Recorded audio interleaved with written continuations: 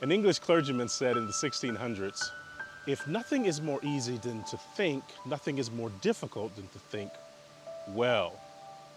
I wonder how many times do we think without thinking? Now you may say, come on now, it's impossible to think without thinking. I've been accused of this a lot of times. Derrick, you're overthinking something.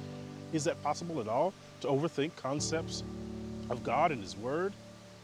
The Bible says in John 1, "In the beginning was the Word was with God, and the Word was God."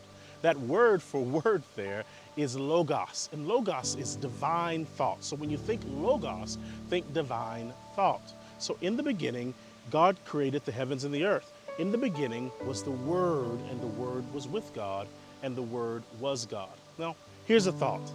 God has always been a thinker. When He created the heavens and the earth, there was so much thought that He placed in it. So in the beginning was the Word, God, the Logos, and the Logos, the thought, was God. Why? Because you cannot separate ones from their thoughts. If we are not thinking, we're not fully engaged in the creative process. Parents, we ought to be thinking about how to educate and how to create things in our children. When we're thinking, we're participating, creating. To think takes courage, humility, strength, boldness, especially for those who are afraid to be left alone with their thoughts, which is one of the reasons why we aim to stay busy. If we do not think, we are poor in a world that's currency is thought. The problem is many Christians have skipped over thinking. We think that we are thinking, but we're actually just parroting.